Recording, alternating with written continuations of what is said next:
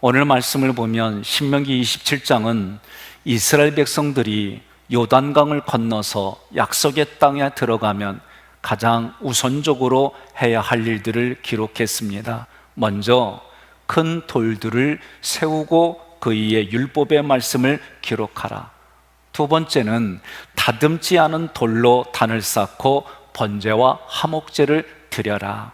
세 번째는 축복을 상징하는 그리심산과 저주를 상징하는 에발산에 각각 6지파씩 서서 법궤를 맨 채 제사장들이 저주에 대한 말씀을 선포하면 아멘 하라는 거예요. 이것이 27장 전체 내용입니다. 오늘 첫 번째와 두 번째의 말씀을 나누면서 예배에 대해 고민하려고 그래요. 여러분, 제가 아내하고 함께 생활합니다.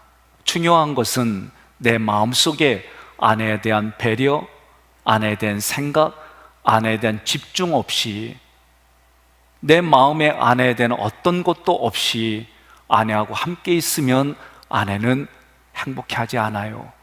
만족스럽지 않아요. 오늘 제가 교회에서 부교역자들 그리고 1,400명에 되는 교인들에 대한 생각을 하지 않으면 아무 의미가 없어요. 무엇을 말하려고 하느냐? 내 마음으로 만나는 만남이 있어야 되는 거예요. 예배란 하나님의 임재, 예수님의 임재, 성령님의 임재가 내 마음 안에 있어야 되는 거예요. 예배를 드리는 형식보다도 중요한 것은 주님과의 만남, 그 임재가 내 안에 있게 되면 주님의 임재가 내 삶의 동행이 되고 그 동행이 삶의 감사와 기쁨으로, 그래서 감사와 기쁨이, 그럼에도 불구하고 감사와 기쁨이, 그러므로 감사와 기쁨이 넘치는 신앙생활이 됩니다. 먼저 1절부터 4절에 큰 돌을 세우고 그 위에 율법의 말씀을 기록하라고 그랬어요. 이 말씀은 무엇을 말할까?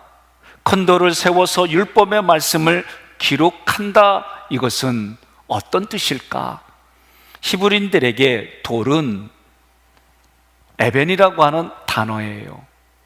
이것은 변하지 않는 말씀, 히브리인들에게 돌이라고 하는 것은 영원히 변하지 않는 말씀을 상징할 때 돌에 쓰는 거예요.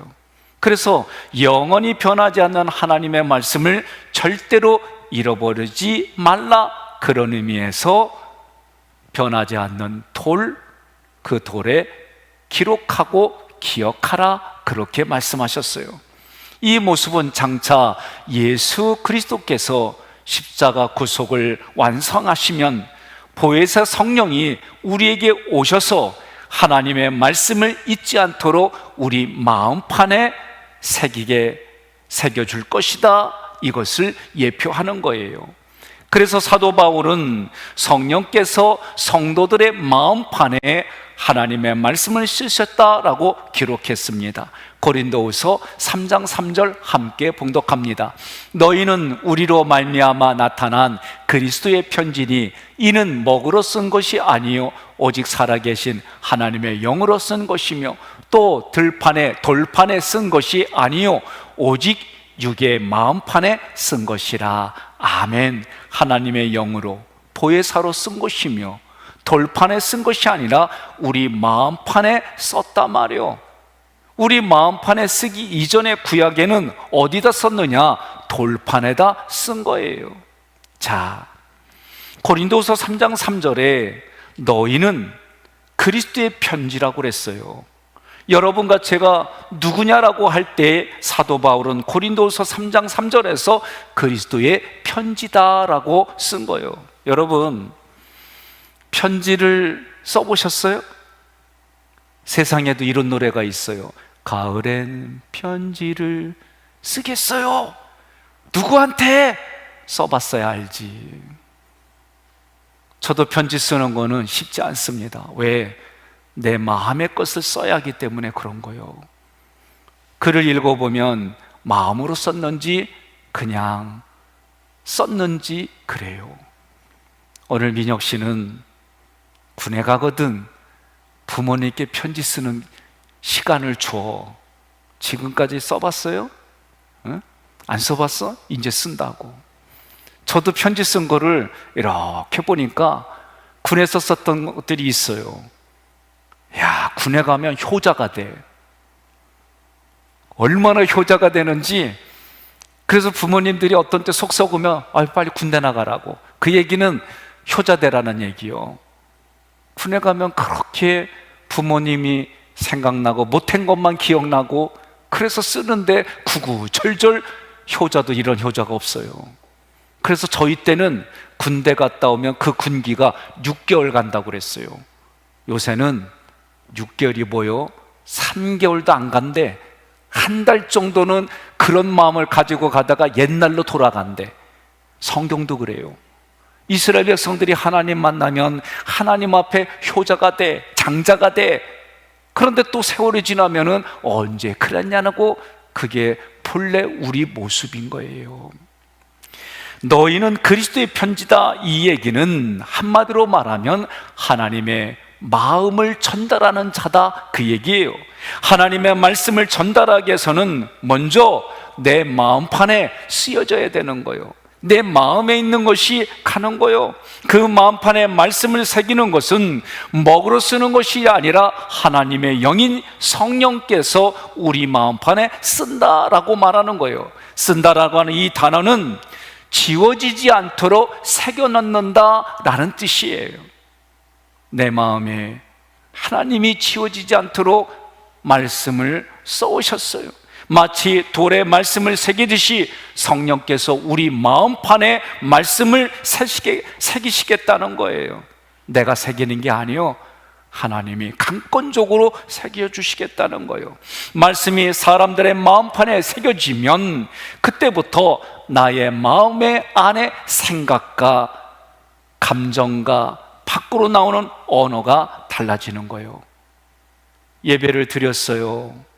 오늘날 많은 사람들이 하나님의 임재, 하나님의 은혜가 목적이 아니라 다른 것이 목적이 돼서 교회에 와요.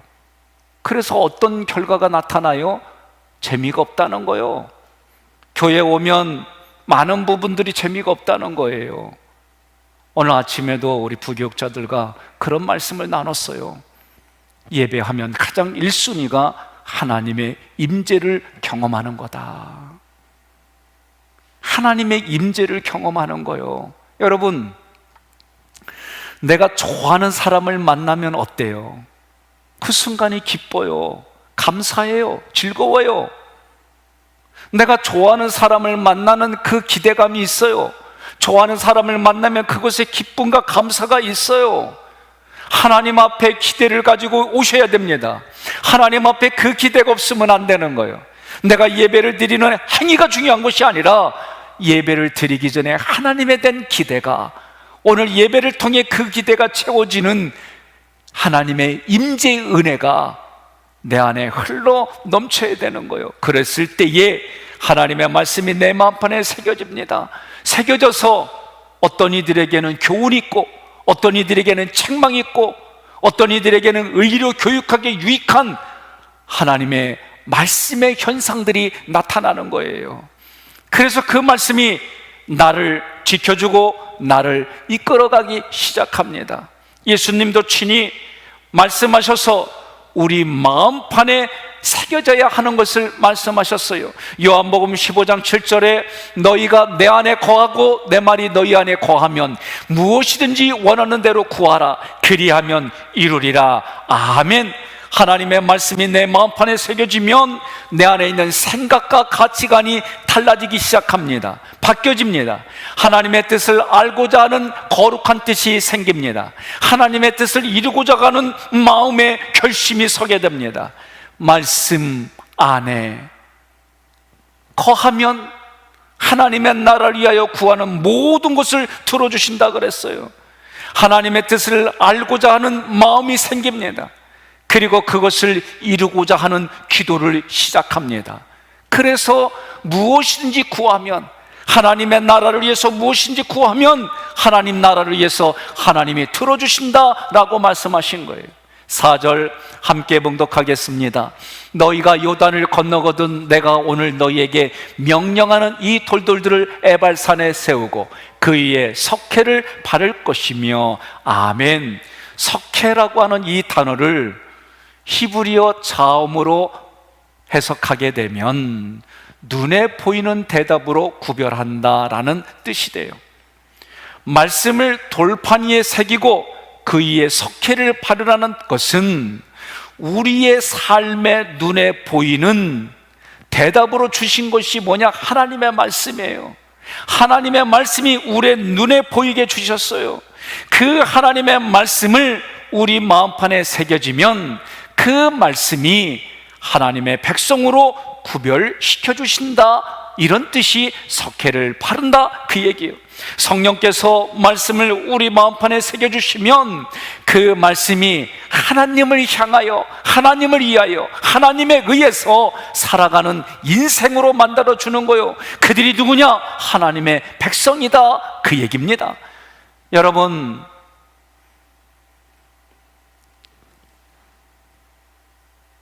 석회 뭔지 아시죠? 이 석회를 바를 때 보면은요, 뭔가 표식을 낼 때에 부족하면은 석회를 발라서 표식을 내요. 그래서 이 석회라고 하는 것은 오늘 성경에서는 구별시킨다라는 뜻으로 생각하세요. 예수 믿으면서도 여전히 원망이 있습니다. 불평이 있습니다. 타인을 정죄합니다. 그 얘기는 다른 말로 말하면 석회를 바르지 않았다는 거예요. 마음판에 새겨진 그 하나님의 말씀을 지식과 정보로만 알고 있는 사람들이다라는 거예요. 또 다른 표현으로 하면 예수는 믿지만 예수님 말씀에 순종하지 않는 사람들이라는 거예요. 그것이 마음판에 새겨지지 않고, 그 마음판에 새겨지지 않았을 뿐만 아니라 여러분, 하나님의 말씀을 세우고 거기에 석회를 바르지 않았다 그 얘기가 되는 거예요. 예수님을 오래 믿어도 마음 안에 있는 생각과 언어가 바뀌지 않은 사람들은 하나님의 말씀을 마음판에 새기지 않은 거예요. 말씀이 마음판에 새겨진 사람들은 다른 길로 가지 않습니다. 말씀이 마음판에 새겨진 성도들은 잘못된 길로 가지 않습니다. 왜냐하면 하나님의 말씀이 우리의 양심에서 두들기기 때문에 그래요. 이리로 가려고 그러면 그 길은 아니야.